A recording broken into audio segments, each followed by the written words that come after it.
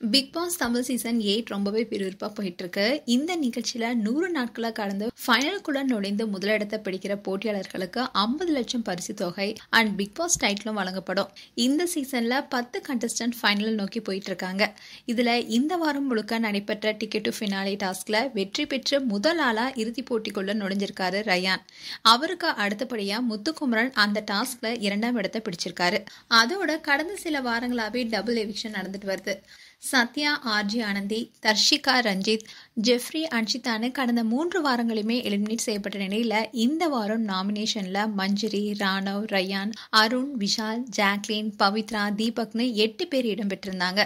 இவங்கள தீபக், அருண், விஷால், ரயானுக்கு அதிக வாக்குகள் பெற்றதால எலிமினேஷன்ல இருந்து தப்பிச்சாங்க.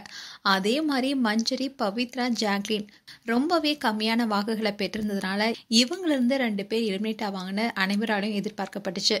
ஆனா யாரும் எதிர்பாராத விதமா ராணவ் அண்ட் மஞ்சரி எலிமினேட் செய்து ட்விஸ்ட் கொடுத்திருக்காரு பிக் பாஸ். இவங்க 2 பேருமே வைல்ட் கார்டு மூலமா உள்ள வந்தவங்க. இந்த சீசன்ல மொத்தம் 6 வைல்ட் கார்டு போட்டியாளர்கள் வந்திருக்காங்க. அவங்கள 5 பேர் எலிமினேட் ஆகிட்டாங்க. இதுல இன்னும் ரயான் மட்டும் தான் இருக்காரு. ஆனா அவர் டிக்கெட் டு ஃபினாலே முதல் போட்டியாளரா உள்ள போயிருக்காரு. சோ ரயான் வெளிவர வாய்ப்பில்லை. ஆனா பிக் பாஸ் சீசன் 8 டைட்டில் ஜெயிக்கிற கனவோடு இருந்த மஞ்சரி அண்ட் ராணவ் ஒரே வாரத்தில் எலிமினேட் ஆகியிருப்பது இருவருக்குமே பேரதிர்ச்சி கொடுத்திருக்கு.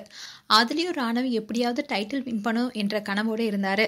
ஆனா அவருடைய கனவு கரைந்தாலும் மக்கள் மனசுல இடம் பிடிச்சிருக்காரு. அண்ட் மஞ்சரியும் ஸ்ட்ராங் பிளேயரா தான் இருந்தாங்க.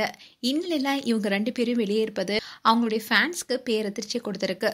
மேலும் ராணவ் அண்ட் மஞ்சரி குறித்து உங்களுடைய கருத்துக்களை கமெண்ட் செக்ஷன்ல சொல்லுங்க. இது போன்ற வீடியோஸை பார்க்க நியூஸ் தமிழ் கிளிட்ஸ் சேனலை சப்ஸ்கிரைப் பண்ணுங்க. மறக்காம நோட்டிஃபிகேஷன் பட்டனை கிளிக் பண்ணுங்க.